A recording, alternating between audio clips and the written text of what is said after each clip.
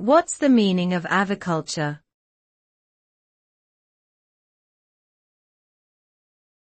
Aviculture.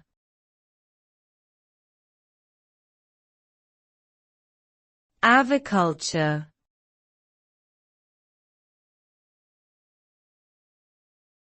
Aviculture.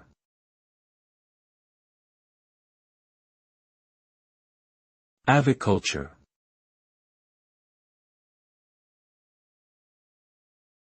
Aviculture refers to the practice of raising and breeding birds, particularly for their eggs, meat, or feathers.